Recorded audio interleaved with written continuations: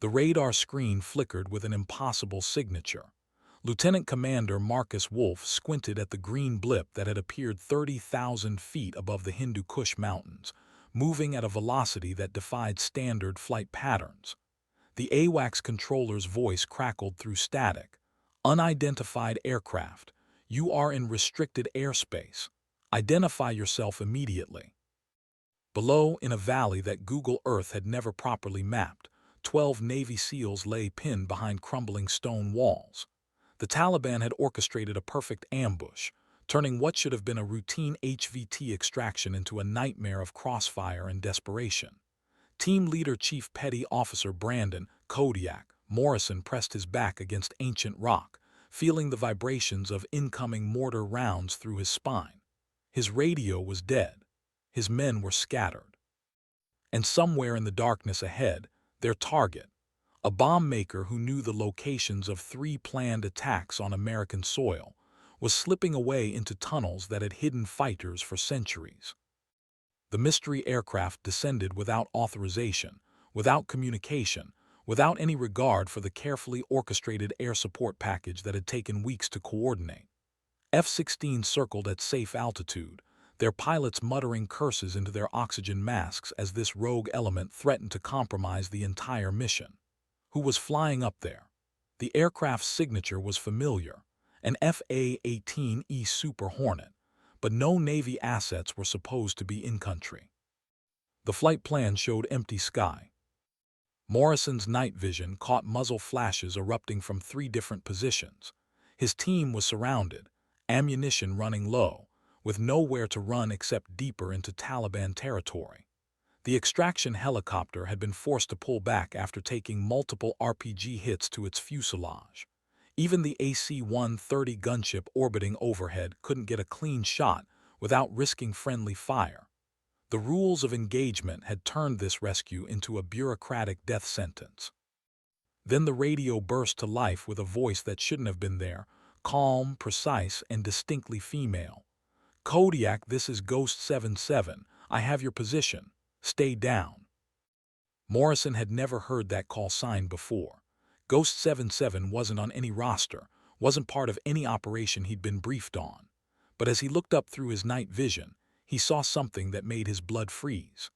The unknown Super Hornet had dropped to 500 feet above the valley floor, flying straight toward the ambush site in a dive that violated every safety protocol in the book. No pilot flew that low in mountainous terrain. No pilot dove into an active firefight without clearance. No pilot, except one who had already decided that protocol could go to hell. The jet's twin engines screamed overhead, drowning out the Taliban gunfire for 3 precious seconds. In that moment of acoustic cover, Morrison heard something else. His men moving, repositioning, taking advantage of the confusion. Someone up there wasn't just breaking rules. They were rewriting them entirely. The voice belonged to Commander Valentina Ghost Reyes, though she'd stopped caring about rank insignia somewhere over the Strait of Hormuz. Her FA-18E Super Hornet cut through mountain air thick enough to taste, her heads-up display painting the valley below in infrared signatures that told a story of desperation. 12 American warriors trapped in a kill box, their heat signatures growing fainter as hypothermia and blood loss took their toll. The Taliban positions formed a perfect crescent around them, a textbook ambush that would end with photographs on jihadist websites. She wasn't supposed to be here. Her orders had been crystal clear: ferry the aircraft to Bagram Airfield, deliver the classified payload, and catch the first transport back to the carrier.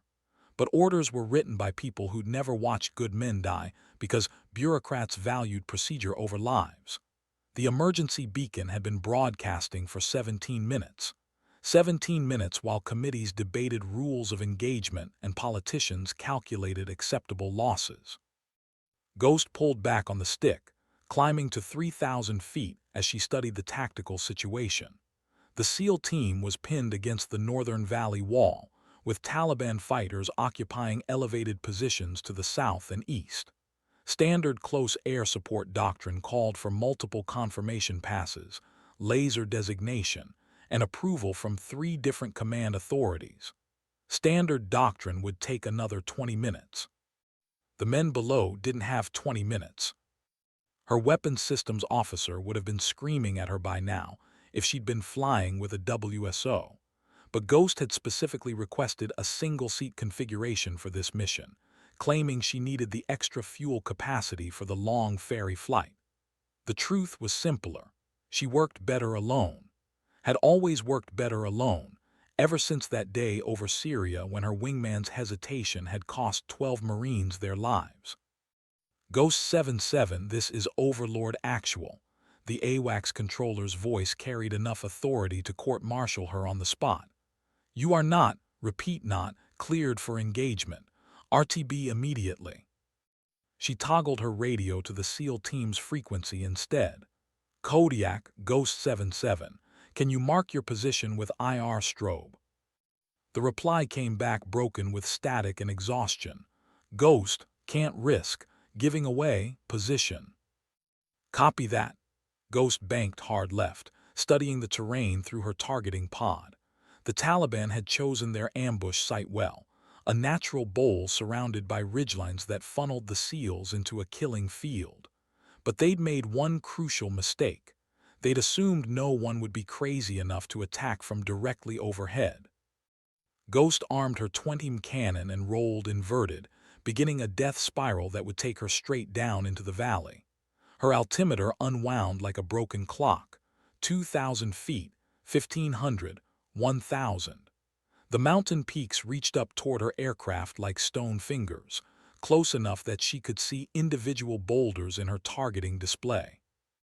At 500 feet, with her engines shaking the entire valley, Ghost opened fire.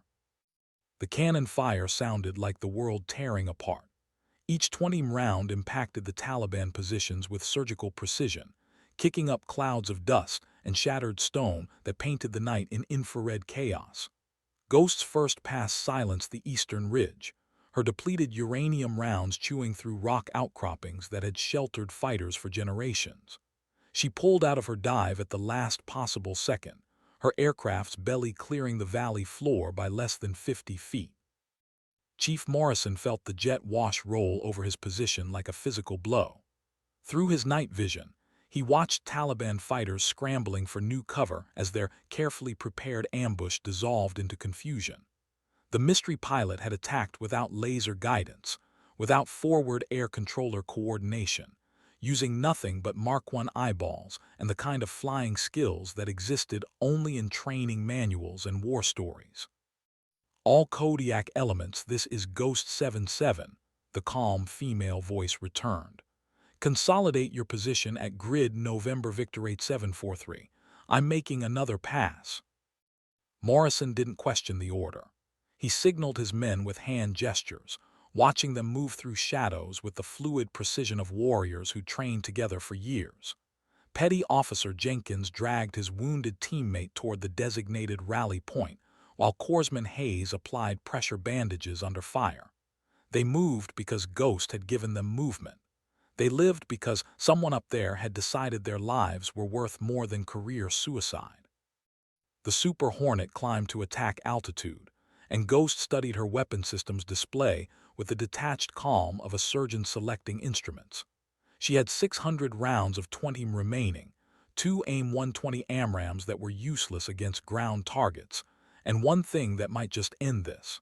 A single AGM-65 Maverick missile loaded with a penetrator warhead. The Taliban fighters had taken refuge in a series of connected caves along the southern ridgeline. Their muzzle flashes revealed firing positions that had been carved into the mountainside decades ago, probably during the Soviet occupation. Standard protocol called for multiple guided munitions to collapse cave systems. Ghost had one missile, and about 30 seconds before enemy reinforcements arrived from the neighboring valleys. She locked the Maverick onto the largest cave opening and squeezed the trigger. The missile streaked downward on a column of fire, its seeker head tracking the thermal signature of human bodies pressed against cold stone. The explosion, when it came, sounded like thunder trapped underground. The entire ridgeline shuddered, sending avalanches of loose rock cascading into the valley below. In the sudden silence that followed, Morrison's radio crackled with reports from his team. Kodiak 6, I count 8 enemy KIA on the eastern slope.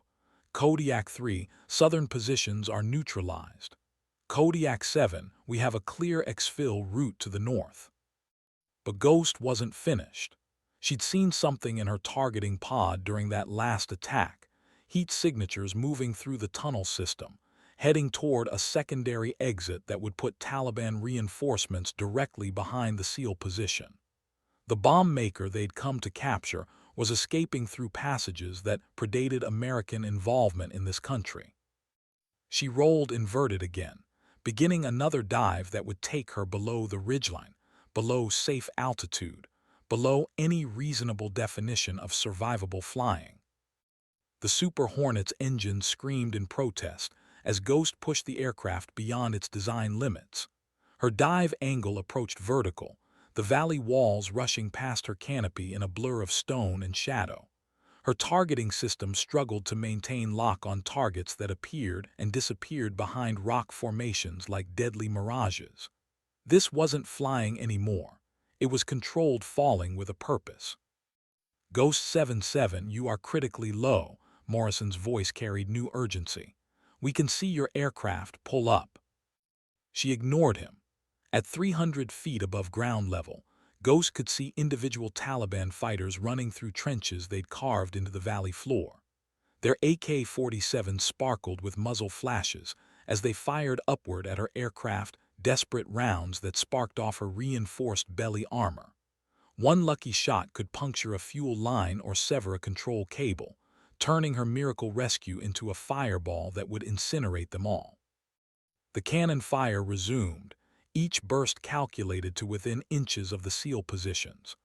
Ghost walked her rounds across the valley floor like a deadly pianist, each note precisely placed to silence another voice in this mountain symphony of violence. Her ammunition counter dropped toward zero, 400 rounds, 300, 200. Every shell had to count now. Through her infrared targeting system, she spotted him, a figure moving differently than the others, carrying equipment instead of weapons, heading for an exit tunnel that intelligence had missed. The bomb maker. 3 planned attacks, hundreds of American lives hanging in the balance. Ghost had 50 rounds left and one impossible shot.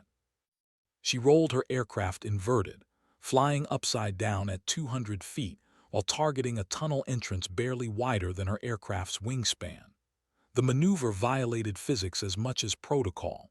No pilot maintained accurate fire while inverted at low altitude. No pilot except one who'd learned to fly in the unforgiving skis over carrier decks, where every landing was a controlled crash and every takeoff was an act of faith. The rounds found their mark. The tunnel entrance collapsed in a shower of stone and dust, sealing the bomb maker inside with the permanent darkness he'd planned to visit upon others. Ghost pulled out of her dive with less than 50 feet of altitude remaining, her wingtips clearing mountain peaks by margins measured in heartbeats rather than feet. Kodiak, this is Ghost. The primary target is neutralized. Are you able to move to extract? Morrison's reply carried something that might have been wonder. Ghost, we are moving to primary LZ, but how did you? Focus on your men, Chief. Questions later. She climbed back to safe altitude, her fuel gauge warning her that this unauthorized detour had cost more than ammunition. The return flight to Bagram would require precise fuel management and prayer in equal measure. But below her, 12 Americans were walking toward an extraction helicopter that had finally received clearance to enter the valley. Ghost had broken every rule in the book. She'd ignored direct orders, violated airspace restrictions, and conducted unauthorized close air support in terrain that should have killed her twice over. Her career was finished. Her wings would be stripped before she could taxi to a parking spot. But 12 men would go home to their families tonight, and a bomb maker would never again calculate the perfect placement of explosives in crowded American venues. The debriefing room at Bagram Airfield hummed with the peculiar tension that followed impossible missions.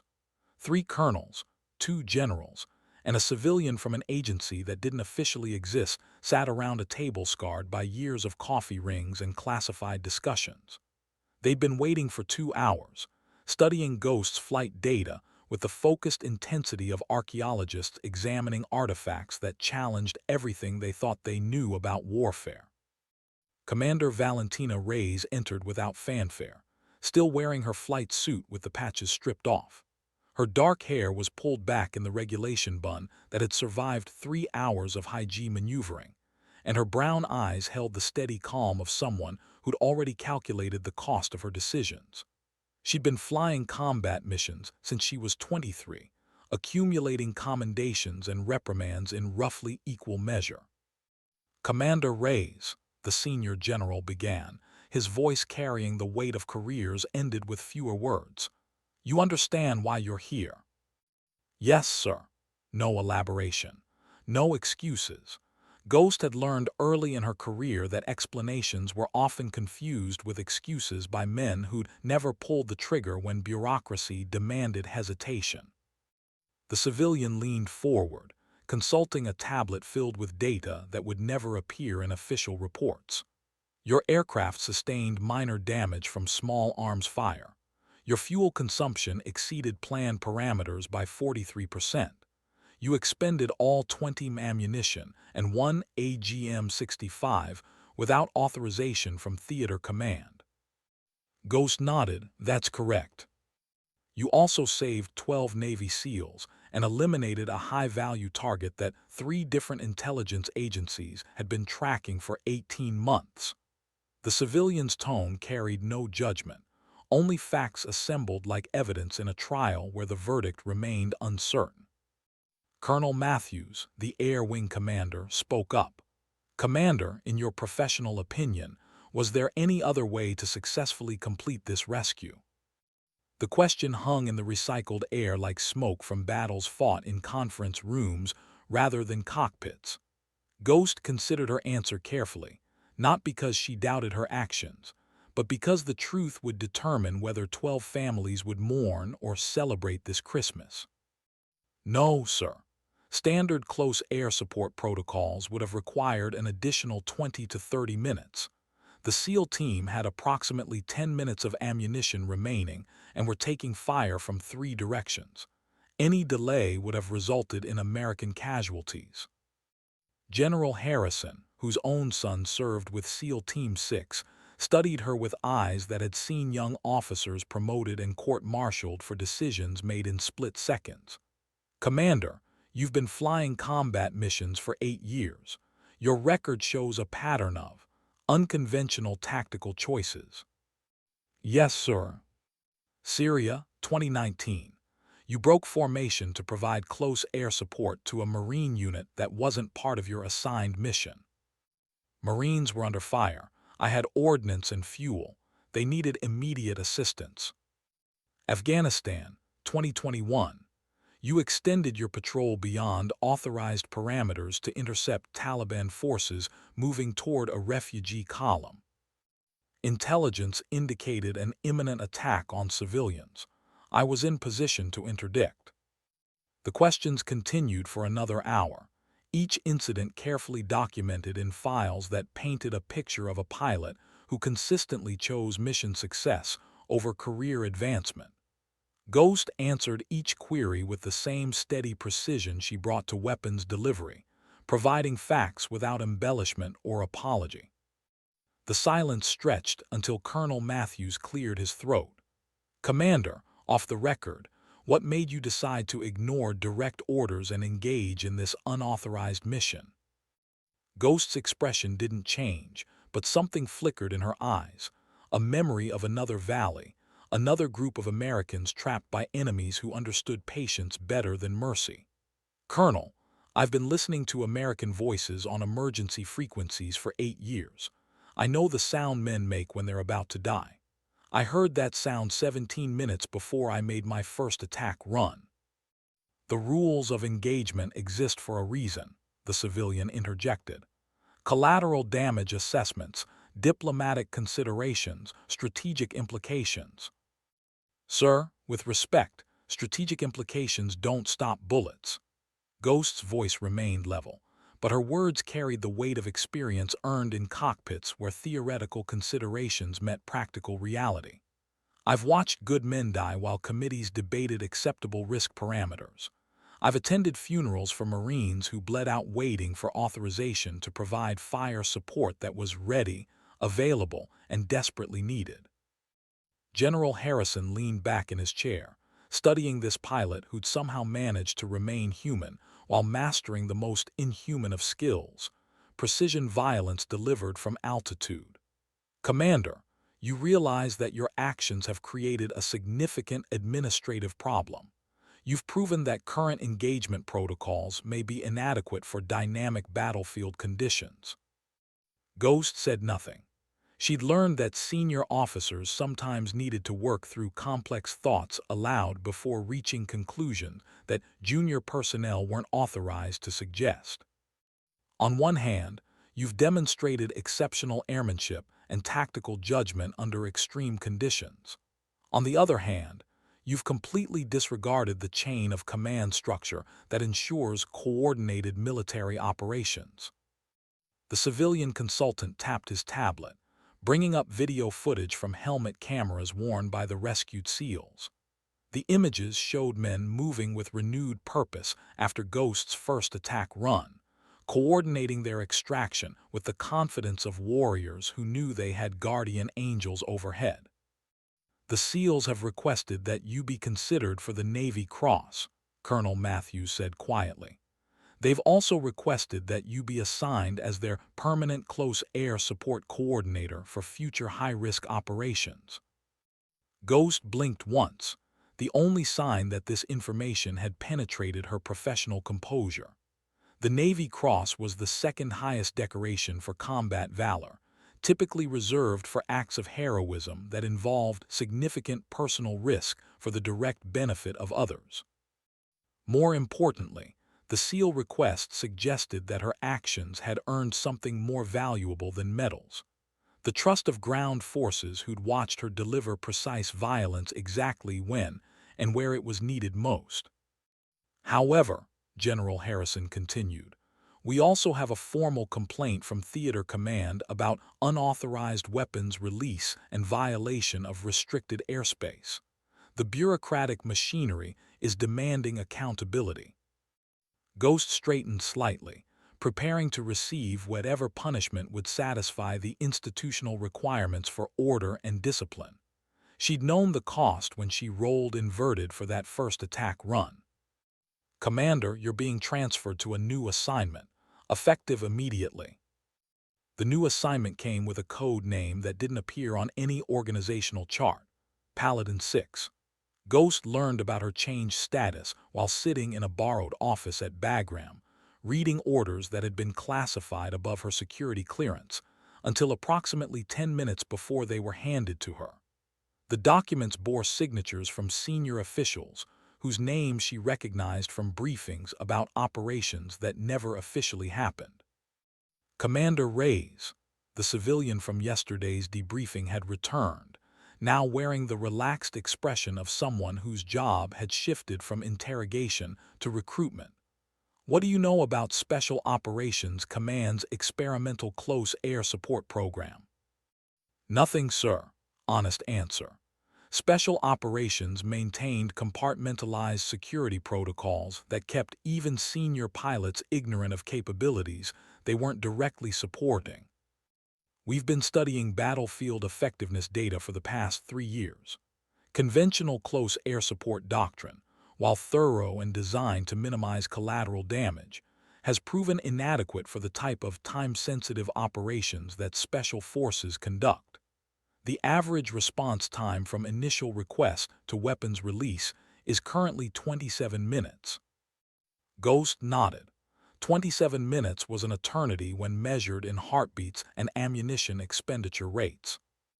Your actions yesterday demonstrated an alternative approach: real-time tactical assessment, immediate weapons delivery, and integrated maneuvering that treated the aircraft as part of the ground team rather than an external support asset. The civilian paused, consulting notes that summarized capabilities Ghost herself had never fully articulated.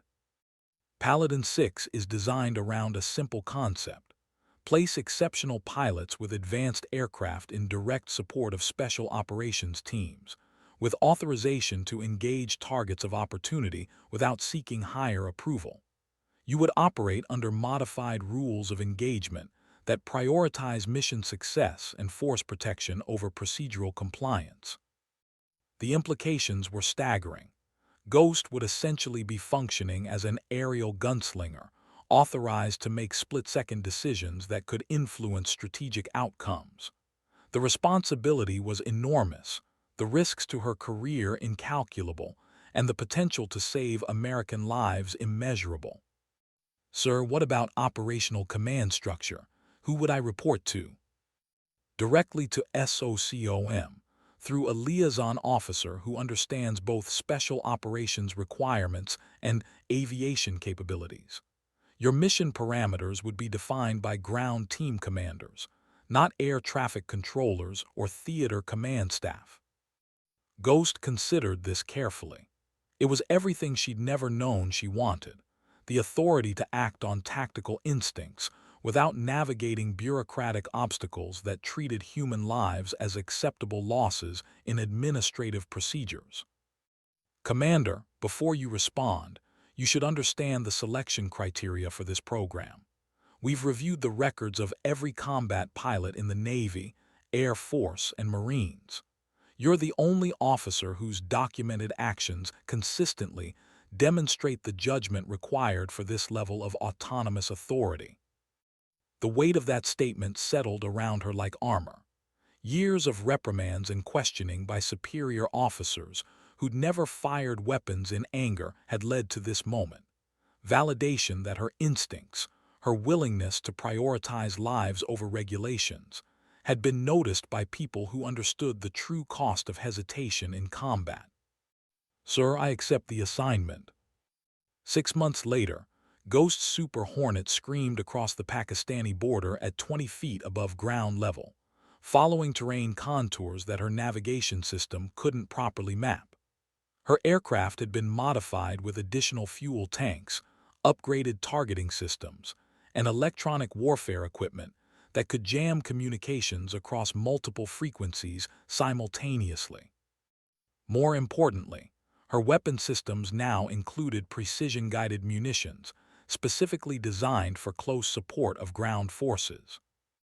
Paladin 6, this is Dagger Team Actual. The voice belonged to Master Chief Petty Officer Vincent Torres, leading 8 Navy SEALs on a mission to capture a Taliban logistics coordinator who'd been moving supplies to bomb-making cells across 3 provinces. We have eyes on target compound, requesting immediate close air support. Copy Dagger Actual, I have your position marked. Stand by for show of force. Ghost pulled her aircraft into a climb that took her to 5,000 feet above the mud brick compound that intelligence had identified as a weapons storage facility. Through her targeting pod, she could see heat signatures moving inside buildings that had been constructed to conceal rather than conduct legitimate business. The Taliban had learned to adapt their tactics to counter American surveillance capabilities, but they hadn't yet learned to hide from pilots who thought like infantrymen. Dagger, Paladin 6. I count 12 fighting-age males inside the compound, plus additional signatures in an underground facility that your intelligence package didn't mention. Tor's voice carried new tension. Copy, Paladin. Can you determine armament levels? Ghost switched her targeting pod to a different sensor package, one that could detect metallic signatures through building materials. What she saw made her recalculate the entire tactical situation. Dagger Actual, be advised you have significant weapons storage in multiple buildings. I'm reading mortar systems, small arms, and what appears to be heavy machine gun emplacements. This wasn't a simple capture mission anymore. The Taliban had turned the compound into a fortress designed to eliminate any special operations team foolish enough to approach on foot. Torres and his men were walking into a trap that would leave them outnumbered and outgunned in terrain that offered no cover for retreat. Paladin 6 were committed to this approach. Can you provide precision strikes on defensive positions without compromising the primary target? Ghost studied the compound layout through her heads-up display, calculating attack angles that would neutralize the defensive positions while leaving the main building intact enough for SEAL entry. It would require flying attack patterns that were theoretically impossible, multiple low-level passes through a confined area, while delivering precision munitions that would impact within meters of friendly forces. Dagger, I can do that, but you'll need to trust me to deliver ordnance closer to your position than any safety manual recommends. Copy Paladin, we've heard about your previous work. We're good with unconventional. Ghost rolled inverted and began her attack dive, knowing that the next 10 minutes would either validate everything Paladin 6 represented or demonstrate why conventional doctrine existed.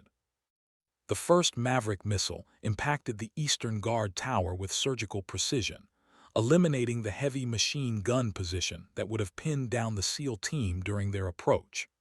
Ghost pulled out of her dive and immediately rolled into a knife-edge turn that brought her back around for a second attack run, this time targeting the mortar emplacements that intelligence had failed to identify. Her 20 cannon stitched a line of destruction across the compound's defensive perimeter, each round placed with the precision of a surgeon's scalpel. The Taliban fighters inside scrambled for secondary positions, not realizing that Ghost had spent the past 6 months studying their tactics and developing countermeasures that turned their adaptive strategies against them. Dagger actual Eastern approaches are clear. You have a 10-second window while they reposition. Torres and his men moved like shadows across terrain that had been swept clear by precise violence delivered from above. Ghost watched through her targeting pod as they reached the compound walls, shaped charges ready to breach the primary target building. But her sensors were detecting new heat signatures, reinforcements moving toward the compound from 3 different directions. Dagger, be advised you have approximately 30 additional hostiles approaching your location. I can interdict, but you'll need to accelerate your timeline. Copy Paladin, we're breaching now. Ghost climbed to attack altitude and surveyed the approaching threats through her targeting systems. The Taliban reinforcements were moving in vehicles that appeared to be civilian from a distance, but carried weapons signatures that revealed their true purpose. Under conventional rules of engagement, she would need to positively identify hostile intent before engaging vehicles that might contain noncombatants. Under Paladin 6 protocols, the safety of American ground forces took precedence over the theoretical possibility that Taliban fighters were transporting civilians to a firefight. She selected cluster munitions designed to disable vehicles without creating the massive explosions that would announce American operations to every enemy force in the province. The weapons streaked downward on pillars of fire, impacting the approaching convoy with precisely calculated violence that left the vehicles burning, but didn't create the kind of secondary explosions that would indicate significant collateral damage. Paladin 6, this is Dagger. We have the package and are moving to extract. Can you provide cover for our movement to the landing zone? Ghost checked her fuel status and weapons inventory. She had enough 20 ammunition for 2 more attack runs and sufficient fuel to remain on station for another 15 minutes. More importantly, she had clear sight lines to the extraction LZ and no higher authority questioning her tactical decisions. Dagger, I've got you covered. Move when ready. She watched through her sensors as 8 Americans moved across hostile terrain with their captured Taliban coordinator, carrying intelligence that would prevent attacks on American soil. Above them, Ghost maintained protective overwatch, her aircraft positioned to deliver immediate fire support against any threat that emerged from the dozens of hiding places that this landscape offered to patient enemies. For the first time in her career, She was flying exactly the mission she'd been trained for, authorized to use her judgment instead of seeking permission from officials who measured success in paperwork rather than lives saved. The extraction took place under a star-filled sky that had witnessed centuries of warfare in these mountains. Ghost maintained her protective orbit at 8,000 feet, her aircraft's sensors painting the valley below in infrared signatures that revealed the heat trails of men moving with purpose through landscape that looked identical in every direction. Torres and his team had covered 2 kilometers in 37 minutes, carrying their prisoner and the intelligence materials they'd recovered from the compound. The Taliban search teams had lost their trail twice, confused by the sudden silence from their communications networks and the absence of their reinforcement convoy. Ghost had used her electronic warfare capabilities to create a dead zone around the SEAL team's movement, ensuring that enemy coordination remained fragmented and reactive rather than organized and effective. Paladin 6, this is Extraction 1-1. The helicopter pilot's voice carried the professional calm of someone who'd practiced this particular dance many times before. I'm inbound to the primary LZ. Can you clear my approach?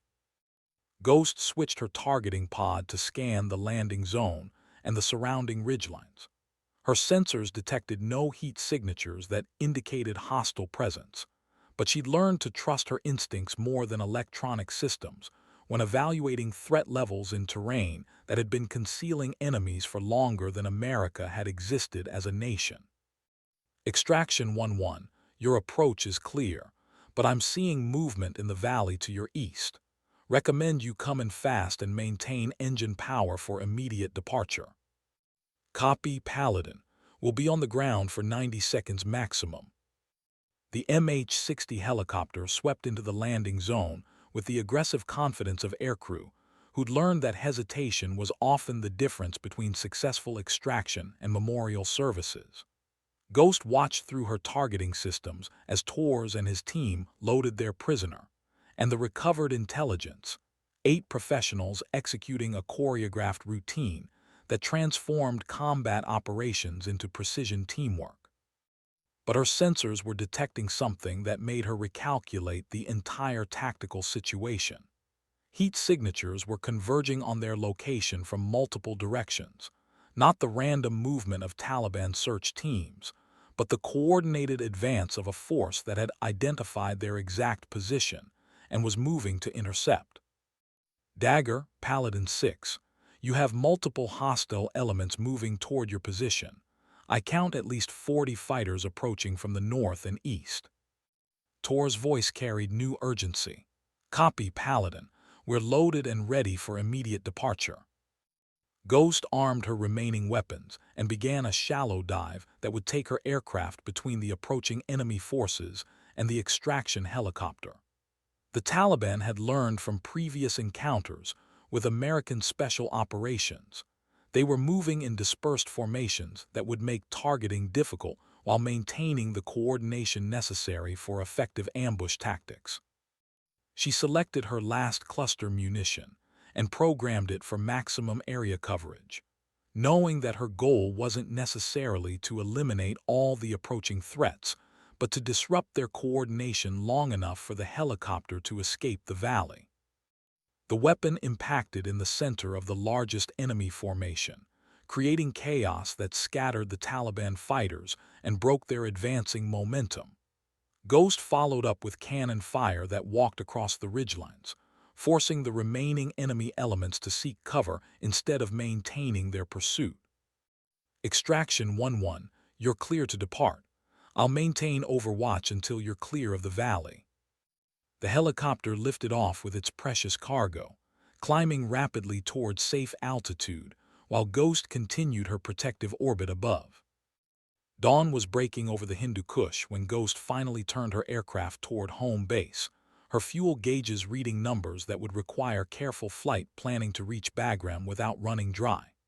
The mission had lasted 6 hours and 43 minutes, during which she'd fired every weapon on her aircraft and pushed her fuel consumption beyond recommended safety margins. More importantly, She demonstrated that the Paladin 6 concept could work in real combat conditions. The after-action reports would show that Torres and his team had captured a Taliban coordinator, whose intelligence network spanned 3 provinces and included detailed plans for attacks on American military installations.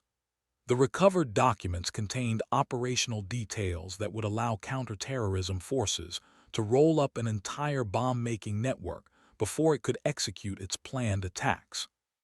But the real measure of success was simpler. 8 Americans had walked into hostile territory, accomplished their mission, and returned home safely.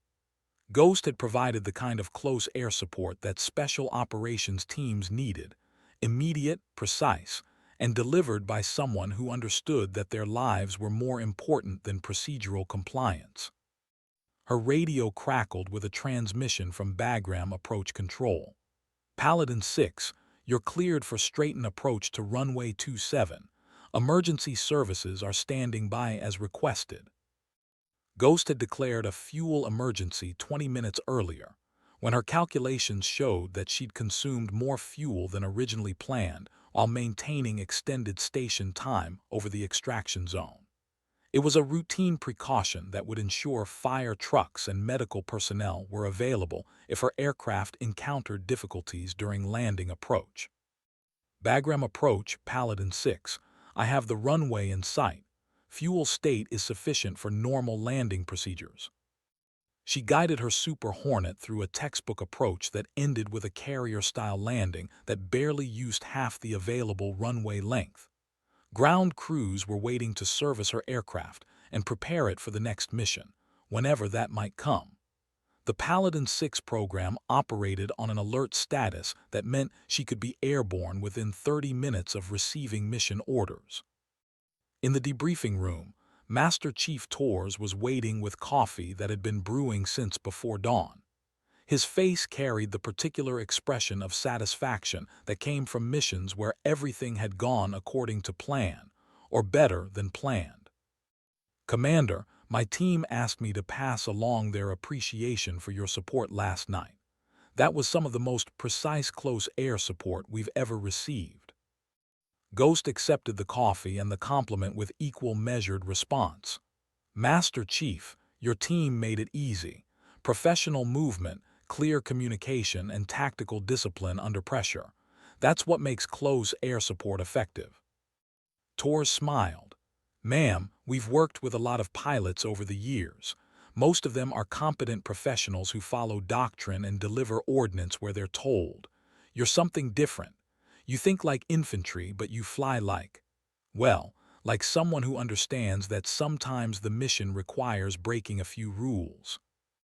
It was the kind of recognition that mattered more than medals or efficiency reports. Ghost had earned the trust of ground forces who risked their lives based on her decisions, and that trust was the foundation of everything Paladin 6 represented. 2 years and 47 missions later, Ghost had become something unique in the American military, a pilot whose reputation preceded her across every special operations community. The Paladin 6 program had expanded to include 3 additional aircraft and pilots, but Ghost remained the primary close air support coordinator for the most sensitive missions. Her aircraft had been upgraded with advanced sensors and weapons systems that existed nowhere else in the inventory, and her authorization levels allowed her to make tactical decisions that would normally require approval from field-grade officers.